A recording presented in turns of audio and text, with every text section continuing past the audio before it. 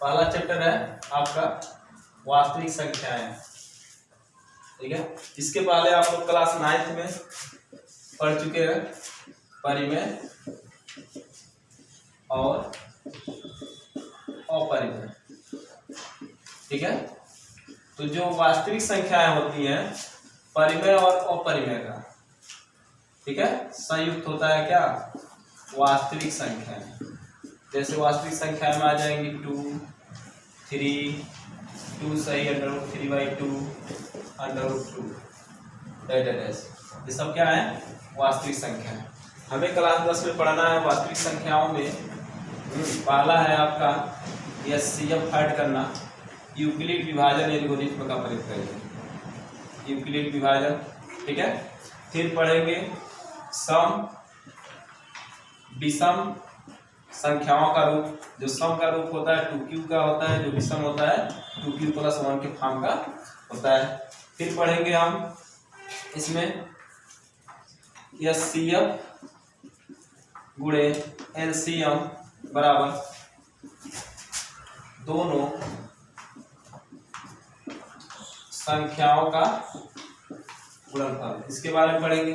फिर हम पढ़ेंगे भाज्य संख्या और भाज्य संख्याएं, और पढ़ेंगे सिद्ध कीजिए कि √2 √3 √5 2 + √7 अपरिमेय संख्या है, ठीक। और लास्ट जो है आपका पता करना है कि बिना लंबी प्रक्रिया दिए भाग विभाजन किए, ठीक है, पता करना है कि शांत है या अशांत। जैसे मान लीजिए 15/10 है, इसको बिना भाग दिए पता करना है कि शांत है या अशांत। ये पढ़ाना है आपको इस चैप्टर में वास्तविक संख्याओं में क्लास 10 में, ठीक है। तो सबसे पहला टॉपिक है आपका यूक्लिड विभाजन एल्गोरिथ्म, ठीक है। यूक्लिड विभाजन एल्गोरिथ्म में, ठीक है, भाग विधि द्वारा एक एल्गोरिथ्म दिया था। वास्तविक, परिमेय और अपरिमेय। परिमेय संख्या है, आप लोग नॉम पढ़े होंगे कि ऐसी संख्या है जिन्हें p/q के रूप में लिखा जा सके, परिमेय संख्या कहलाती है। जहां p और q क्या है, पूर्णांक है, और q डज नॉट इक्वल 0, और q, p और q का जो एचसीएफ है, ठीक है, वो हमेशा क्या होना चाहिए, 1, जिसे बोलते हैं क्या, p और q क्या, सअभाज्य संख्या है। सअभाज्य ऐसी संख्याएं होती हैं कि जिनका एचसीएफ कितना होता है, 1 होता है। जैसे आपका 2 और 3 ये आपका सअभाज्य, इनका एचसीएफ कितना हो गया, 1। जैसे 2 का मल्टीपल करेंगे 2 × 1, 3 का मल्टीपल करेंगे 3 × 1। तो देखिए इसमें कॉमन फैक्टर क्या है, घनिष्ठ गुणनखंड 1 है, यानी एचसीएफ क्या है इसका, 1 है। ये क्या है आपकी सअभाज्य संख्या 2, 3, ठीक है। अब यहाँ पे जो है p और q, ठीक है, p और q का मान कुछ भी हो सकता है जो पूर्णांक है। जैसे p का मान हम रख सकते हैं 1 2 3 q का मान हम रख सकते हैं 2 3 4 5 कुछ भी रख सकते हैं, बशर्ते q का मान 0 9। तो क्या कहलाती है, परिमेय संख्या। अब देखिए परिमेय संख्याएं में जैसे 4/6 है, ये भी परिमेय संख्या है, लेकिन ये मानक रूप नहीं है। जो मानक रूप होता है, ठीक है, 2 × 4 = 6, 2/3 है, क्योंकि 2 और 3 क्या है, सअभाज्य संख्या है। यहाँ पे कहा गया ना p और q क्या है, सअभाज्य संख्या है। तो ये भी परिमेय संख्या है, लेकिन ये मानक नहीं है 4/6, मानक इसका क्या है, 2/3। तो ये आपकी होती है परिमेय संख्या है। अपरिमेय संख्या है, अपरिमेय संख्या है वे संख्या है जिन्हें p/q के रूप में नहीं लिखा जा सके, अपरिमेय संख्याएं कहलाती है। जैसे आपकी हो गए √2 √3 √7। अब इसका देखिए दशमलव अगर प्रसार करते हैं, ठीक है, तो ये होता है अनावसानी, ठीक है, अनावर्ती।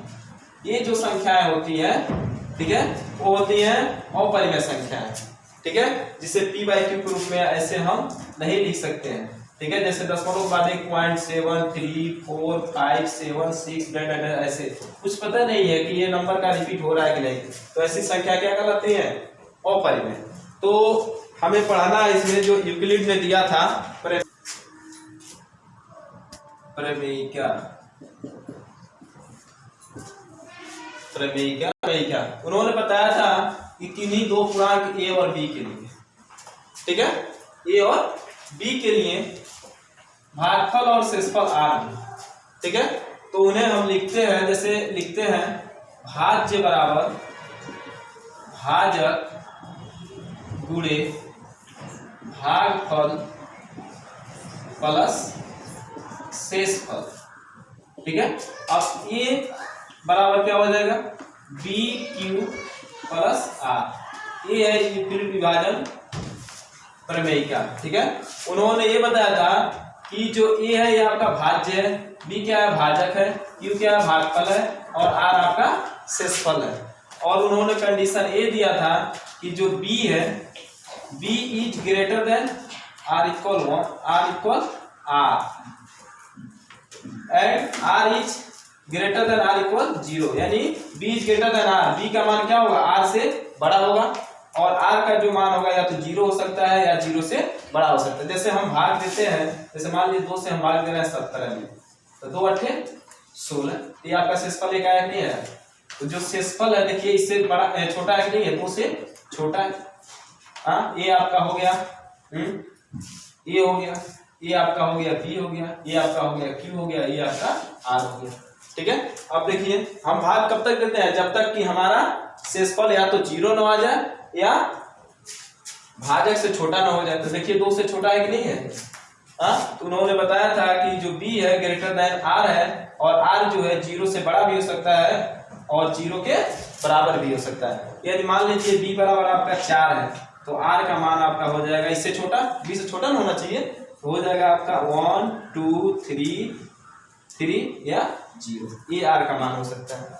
ठीक है, तो ये था उनका क्या प्रमेय। क्या इसके अनुसार उन्होंने 2 संख्याओं का मौसो निकालना, जिसे हम लोग सीखे होंगे छोटे क्लास में भाग विधि से मौसो कैसे निकालते हैं। जैसे मान लीजिए आपका है 16 और 24, इसका हमें मौसो निकालना है। ठीक है, 16 और 24 का, 16 और 24 का। अब देखिए 16 और 24 में 24 क्या है 16 से बड़ा है ना, तो हम क्या करते हैं 16 से 24 में ऐसे भाग देंगे, तो 16 कम 16 घटाएंगे तो हमारा आ जाएगा 14 में से 6 निकल गया 8 या 0। तो ए आपका हो गया ए आपका हो गया बी, ये आपका हो गया क्यू, ये आपका हो गया आर। अब यहां से ए बराबर बी क्यू प्लस आर से।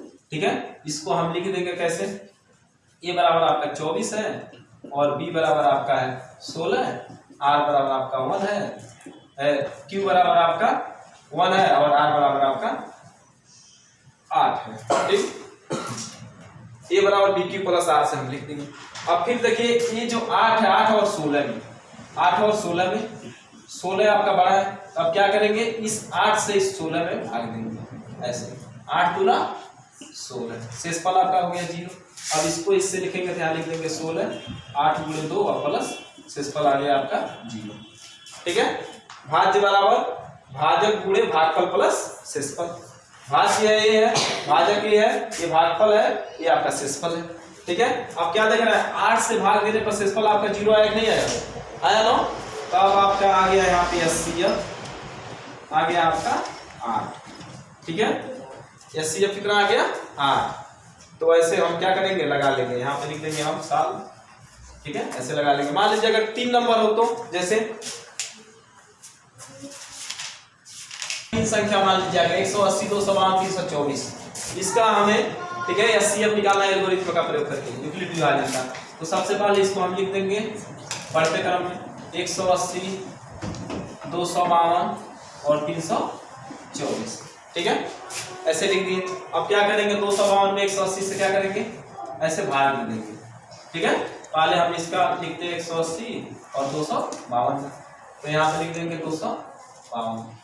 अब पहाड़ा पढ़ेंगे 180 का, मान लीजिए नहीं पता है तो पहाड़ा तो आप लोग लिखते आए हैं, गुणा कर सकते लिख लेते हैं।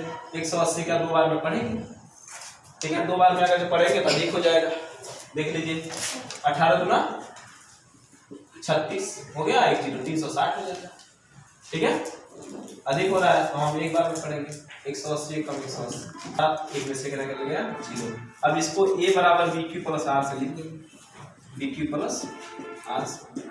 ठीक है, तो यहाँ पे कितना है 252 बराबर है आपका 180 गुणे 1 प्लस 72। ठीक है, फिर हम क्या लिखेंगे, अब 72 और 180 में, 72 छोटा 180 से, 72 से 180 में भाग दे देंगे, तो 70 गुना 140 और 2 गुना 4 144, 2 बार में इसको 2 गुना 4 और 2 सते 14। फिर घटाएंगे कितना आ जाएगा, 10 में 4 निकल गया 6, यहाँ आपका 7, 7 में 4 निकल गया 3, 1 में से 1 निकल गया 0। फिर हम इसको लिखेंगे 180 को यहाँ लिख देंगे और 72 गुणे 2 प्लस 36, ये आपका ये है, ये बी हो गया, ये आपका क्यू हो गया, बदल गया, और यहाँ पे आर बराबर 36 हो गया। अब फिर हम क्या करेंगे, 36 से 72 में भाग देंगे, ऐसे 72 36 गुना 72, ये आपका आ गया कितना 0। फिर यहाँ लिख देंगे 72 36 गुणे 2 प्लस 0। अब किससे भाग दिया, 0 है 36 से ना, अब 36 से क्या करेंगे 324 में भाग देंगे, या फिर 180 से 324 में भाग देंगे, तो लास्ट में देखिए 36 आ जाएगा। चलिए देख लेते हैं, 180 से क्या करेंगे 324 में भाग दें या इससे, तो कितना बार में, 3 बार में, 2 बार में, 18 गुना 36 1 0, अधिक हो जा रहा है ना, एक ही बार में जाएगा। ठीक है, एक बार में 180 हो गया आपका, घटाएंगे कितना हो गया 4, 12 में से 4 निकल गया 8, 12 में से 8 निकल गया 4, यहाँ आपका बचा 2 में से 1 निकल गया 144। अब इसको लिख देंगे यहाँ से 180 और 324 में, इसको ये बराबर बी क्यू प्लस आर से यहाँ पे लिख देंगे 324 बराबर 180 गुणे 1 प्लस 144।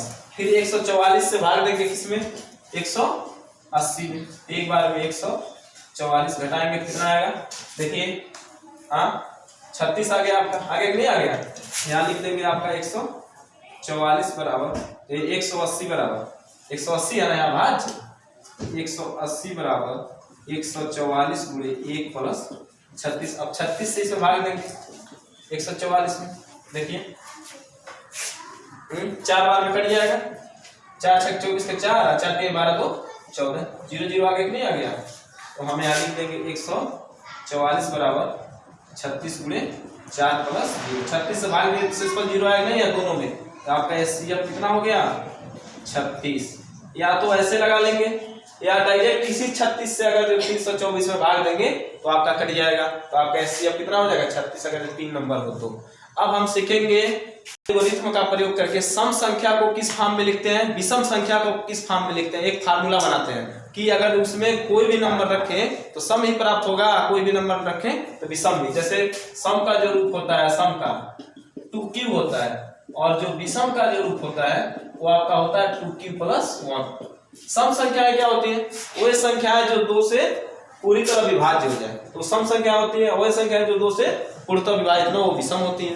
यहाँ पे q क्या है, एक पूर्णांक है, कोई भी पूर्णांक है, q का मान कुछ भी रखें आप यहाँ पे 1 2 3 4 5, तो आपका अगर इसमें रखते हैं तो आपका सम ही प्राप्त होगा। जैसे मान लीजिए 1 रख दिए q बराबर 1, तो 2 1 कम 2, आपका 2 प्राप्त होगा, सम है कि नहीं है। फिर आप रख दिए 2, यहाँ रख दिए 2 दूना 4, वो भी सम है। फिर आप रख दिए कितना 3 3 दूना 6, वो भी आपका सम है। 4 रख दिए q बराबर, तो 4 दूना 8, वो भी आपका सम है कि नहीं है। ये आपका सम का रूप है। पेपर में आता है ऐसे कि बताइए सम धनात्मक पूर्णांक का कौन सा रूप है, ठीक है, तो 2q होता है। उसमें फॉलो कर लेंगे, विकल्प से भी चेक कर सकते हैं, नहीं पता रहेगा तो। विषम का अब देखिए इसमें q बराबर 1 रखें तो 2 1 कम 2 और 1 3, विषम आगे नहीं आ गया। फिर अगर जो q बराबर कितना रख दिए 2, तो 2 दूना 4 और 1 5 हो गया। फिर हम रख दिए q बराबर 3, 3 दूना 6 1 7, 7 विषम है कि नहीं है। तो हम जानेंगे कि इसको क्यों कैसे इस फॉर्म में लिखेंगे, तो आज सीखेंगे, ठीक है। जैसे देख लीजिए, धनात्मक पूर्णांक का रूप 2q और विषम धनात्मक पूर्णांक का रूप 2q प्लस 1 का रूप का होता है। तो क्या करेंगे हम, सॉल्व करेंगे तो मान लेंगे कि वो कोई धनात्मक पूर्णांक है। अब देखिए 2q प्लस 1 है ना, हाँ, तो हम क्या करेंगे, मानेंगे कि वो धनात्मक पूर्णांक a है जिसे 2q के फॉर्म में लिखा जाता है। अब इसको तुलना कर लेंगे, ठीक है, 2q को किससे तुलना करेंगे, हाँ, bq से प्लस r से। तो b बराबर यहाँ पे कितना है, b बराबर आपका 2 हो गया, ठीक है। तो b बराबर अगर 2 है तो r का मान क्या बताए थे, इसमें इक्विलिब्रियम थे, ये बराबर bq प्लस r में b is greater than r, r is greater than r equal zero, r equal zero का मतलब है आर जीरो भी हो सकता है और जीरो से बड़ा भी। अब देखिए बी बराबर यहाँ पे 2 हो गया, तो आर का मान क्या होगा, या तो 1 होगा या तो 0 होगा, यही होगा। हाँ, अब स्टेप 1 में हम क्या करेंगे, हाँ, आर बराबर यदि 1 तो आपका कितना हो जाएगा 2q प्लस 1, ये इक्वेशन नंबर 1 हो गया। इसी में रख दिए dq प्लस आर, तो 2 से विभाज्य है ना, तो आपका हो गया 2q प्लस 1। यदि हम रख दिए क्या स्टेप 2 में रख दिए r बराबर 0, r बराबर 0, यदि हम r बराबर 0 रखते हैं तो यहाँ पे रखेंगे तो इस वाले फॉर्म में तो आपका हो जाएगा 2q प्लस 0। ये हो गया कि नहीं हो गया, आ गया ना। अब देखिए 1 और 0 ये आपका समीकरण 2 है, लिखेंगे कि 2q प्लस 1 में 1 2 से विभाज्य नहीं है, 2 से विभाज्य है क्या है, नहीं, 2 से विभाज्य नहीं है, अतः 2q प्लस 1 विषम पूर्णांक का रूप है, विषम धनात्मक पूर्णांक का रूप है। और लिखेंगे 2q प्लस 0 में 0 क्या है 2 से विभाज्य, देखिए 0 में अगर 2 से भाग देते हैं तो 0 बार में पार पड़ता है इसका, 2 0 ये 0, ठीक है। तो क्या है 2 से विभाज्य अतः सम धनात्मक पूर्णांक, सम धनात्मक पूर्णांक 2q का रूप का होता है, 2q के रूप का होता है। या तो ऐसे दर्शा लेंगे या नहीं तो देख लीजिए सम धनात्मक पूर्णांक में पता नहीं है कि कौन सम है कौन विषम है, देखिए जैसे 4 और 6 ये 9 और ये आपका 11, इन चारों में हमें पता नहीं है कौन सम है कौन विषम है। तो 2 से भाग देने पे कंडीशन है ना कि वही संख्या जो 2 से भाग देने को पूर्णतः कट जाए वो क्या कहलाती है सम, और जो 9 कटे वो विषम। तो देखिए 4 को अगर हम 2 से भाग देते हैं तो 2 दूना 4, 0 आया नहीं है। फिर 6 को हम 2 से भाग देते हैं 2 क्या आई 6, 0 आया नहीं है पर। वही हम 9 को 2 से भाग देते हैं, 9 को 2 से तो 2 चौक को 8 घटाएंगे कितना आ जाएगा 1। फिर 11 को अगर हम 2 से भाग देते हैं तो कितना आएगा 2 बचे 10, कितना आया शेषफल 1। अगर इसी को हम लिखते हैं, इसको लिख देते हैं a बराबर बी क्यू प्लस आर से, ये आपका a है, ये आपका b है, ये आपका q है और ये आपका r है। तो a बराबर बी क्यू प्लस अगर r से लिखते हैं, a बराबर आपका 4 है और b बराबर 2 है और q बराबर आपका 2 है और r बराबर क्या है 0 है। फिर इसको भी लिखते हैं तो 6 को तो हो जाएगा 2 गुणे 3 प्लस 0, 9 को लिखते हैं तो हो जाएगा आपका 2 गुणे 4 प्लस शेषफल कितना है 1। 11 को आप लिखते हैं तो 2q प्लस 5 प्लस 1, क्या देख रहे हैं एक और एक 2 से विभाज्य नहीं ना, तो देख रहे हैं कि हमेशा क्या ये तो 2 फिक्स है, इसको हम मान लिए क्या 2 और ये देखिए नंबर बदल रहा है नहीं बदल रहा है, इसको मान लिए हम q और ये देखिए यहाँ पे 0 है ये 0। तो जो सम का रूप है देखिए 2q प्लस 0 का फॉर्म हो गया, 2q का रूप और जो विषम का रूप है देखिए कॉमन है कि नहीं है, तो 2q प्लस 1 का रूप हो रहा है। इसीलिए कहा जाता है कि जो सम धनात्मक पूर्णांक होता है 2q का रूप का होता है, जो विषम धनात्मक पूर्णांक होता है 2q प्लस 1 का रूप का होता है। ठीक है, ये आपका एक मानक फार्मूला प्राप्त होता है कि q कोई भी पूर्णांक रख सकते हैं, 1 2 3 4 5 6 7 8 अगर इसमें रखते हैं तो आपका विषम पूर्णांक प्राप्त होगा, अगर आप इसमें रखते हैं तो आपका सम धनात्मक